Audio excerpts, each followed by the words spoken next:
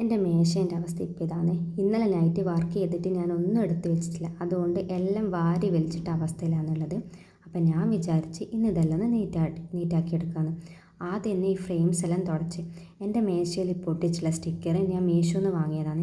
ഏകദേശം 1.5 വർഷം പഴക്കമുള്ളതെന്ന് പറഞ്ഞ് അത് നല്ലോണം പോയിട്ടുണ്ടായിരുന്നു. അപ്പോൾ അത് ഓർഡർ ആക്കിയിട്ടുണ്ട്. അത് വന്നിട്ട് വേണം അതൊന്ന് റീസെറ്റ് ചെയ്ത് വെക്കാം. ഗ്ലൂ ഗണ്ണും റിബണെല്ലാം മടക്കി ഓരോരോ ഓർഗനൈസറിലാണ് ഞാൻ വെച്ചത്. എല്ലാ കാര്യങ്ങളും എല്ലാം ഓരോരോ ഓർഗനൈസറിലാക്കിയിട്ടാണ് വെക്കൽ.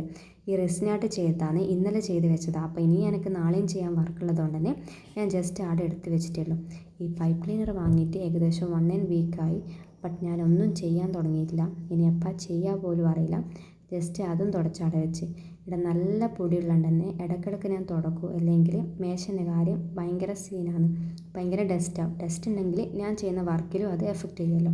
അപ്പോൾ അതും തുടച്ച് ഈ കത്രിക ആയാലും സ്റ്റിക്കർ ആയാലും ഗം ആയാലും എല്ലാത്തിനും ഓരോരോ ബോക്സ് ഉണ്ട്. ഞാൻ ജസ്റ്റ് അവിടെ എടുത്ത് വെച്ച്. കാരണം ഇതെല്ലാം നാളെ ചെയ്യേണ്ടതാണ്.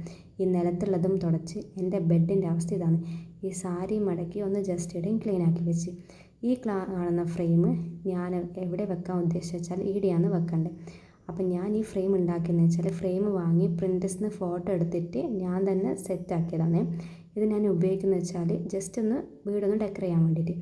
ഇതിൽ ഞാൻ നാനോ ടേപ്പാണ് ഉപയോഗിക്കുന്നത്. സിലിക്കോൺ ടേപ്പ് ഇതാകുമ്പം നല്ല വൃത്തിക്ക് ഒട്ടുന്നതാണ് സ്റ്റുഡിയോ ചോദിച്ചപ്പോൾ ഓറ് പറഞ്ഞത്. അപ്പോൾ ഞാൻ ഈ വാള് ഇങ്ങനെ ഒന്ന് ജസ്റ്റ് ഒന്ന് ഡെക്കറേറ്റ് ചെയ്ത് വെച്ച്. അതിനുശേഷം എൻ്റെ അടുത്തുള്ള ഈ 3 മിനി ഫ്രെയിം എടുത്തിട്ട് ഈ ഡെക്കറിൽ സെറ്റ് ചെയ്യാമെന്ന് വിചാരിച്ച്. അപ്പം ഇന്ന് ഇത്രയേ ഉള്ളൂ. Thank you.